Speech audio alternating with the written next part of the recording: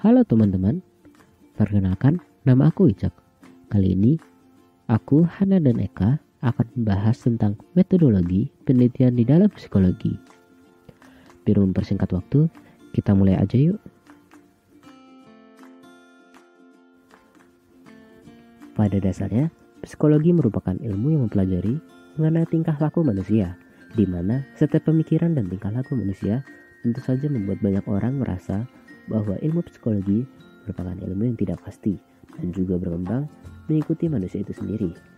Padahal, ilmu ini sering dianggap enteng oleh orang banyak, dan banyak orang yang tidak tahu bahwa mempelajari psikologi merupakan hal yang kompleks dan cukup sulit.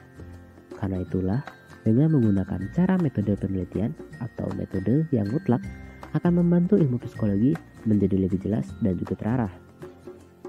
Meskipun berilmu sosial, tetapi perkembangan ilmu pengetahuan pada umumnya dan psikologi merupakan hal yang berkaitan dengan pengalaman dan juga survei.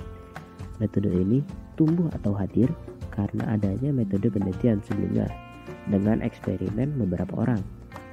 Lalu, apa saja sih metode yang ada di dalam penelitian psikologi?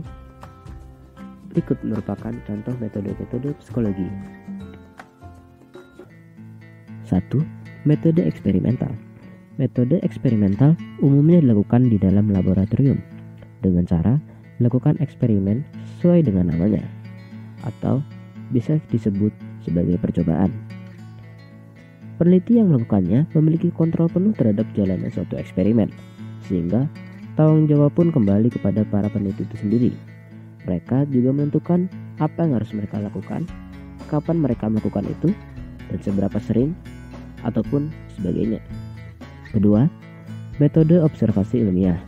Dilihat dari namanya, maka tentu Anda tahu bahwa metode ini dilakukan dengan observasi ilmiah, yakni suatu hal pada situasi-situasi yang ditimbulkan tidak dengan sengaja, melainkan dengan proses ilmiah tertentu ataupun secara spontan.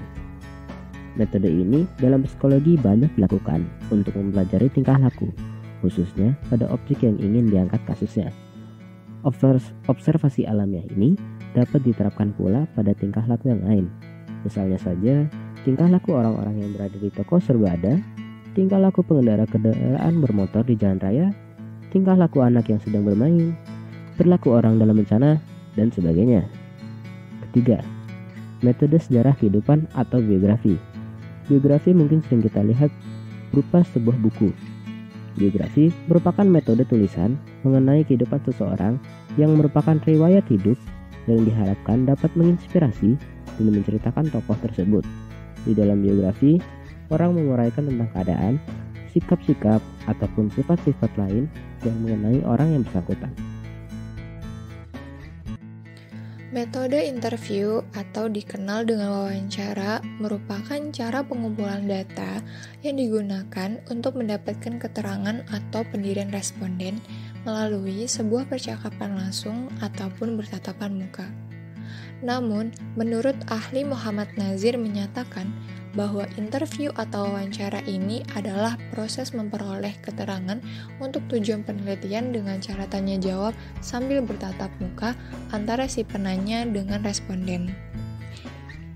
Metode ini sangat populer untuk mengetahui bagaimana lawan bicara kita, dan banyak digunakan oleh perusahaan ketika menerima karyawan barunya. Selanjutnya adalah metode angket, atau pada umumnya disebut kuesioner. Metode ini menggunakan teknik pengumpulan data dengan cara mengajukan pertanyaan tertulis untuk dijawab secara tertulis pula oleh responden. Selain itu, angket biasanya berisikan data dengan pertanyaan yang akan dijawab dengan jujur oleh responden. Namun, terkadang ada angket yang tidak menggunakan nama sekalipun identitas yang lainnya diungkap. Ini disebut dengan angket anonim. Metode angket bisa menjadi data yang dianggap valid, namun keabsahannya tidak pernah ada yang mengetahuinya.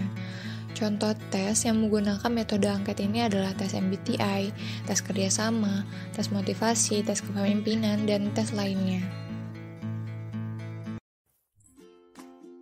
Oke, jadi di sini ada metode cross-seksional. Penelitian cross-seksional adalah penelitian yang dilakukan hanya pada suatu waktu, sehingga tidak ada pengulangan dalam pengambilan data penelitian. Selain itu, tidak ada follow up untuk mencari hubungan antara variabel independen atau faktor resiko dengan variabel dependen atau efek. Mungkin jika dilihat, datanya tidak terlalu bervariasi, namun hanya mengambil satu kejadian saja. Jika ditanya tentang di mana titik potongnya, bayangkan saja jika penelitian itu ibaratnya sebuah lontong. Dimanapun kamu memotongnya, atau dari berbagai manapun kamu memotongnya, ia akan tetap memiliki isi yang sama, besar yang sama, dan rasa yang sama. Sehingga penelitian ini menganggap bahwa hal tersebut bukanlah efek yang besar dan sulit, namun menghasilkan hasil yang maksimal dan memuaskan. Lalu yang terakhir adalah metode klinis.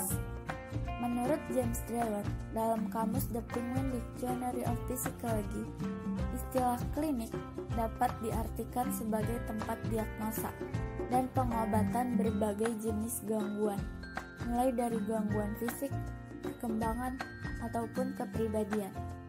Apakah Anda tahu bahwa psikologi termasuk ke dalam ilmu kesehatan? Meskipun psikologi hanya mempelajari mengenai sosial seseorang, hal inilah mengapa metode penelitian psikologi klinis disebut sebagai jenis metode dalam psikologi yang berusaha untuk menyelidiki sejumlah individu yang memiliki kelainan-kelainan secara teliti dan intensif, serta dalam batas waktu yang lama. Selain itu, metode klinis juga menangani kasus yang jelas dan juga tepat sasaran. Sekian presentasi dari kelompok kami. Assalamualaikum warahmatullahi wabarakatuh.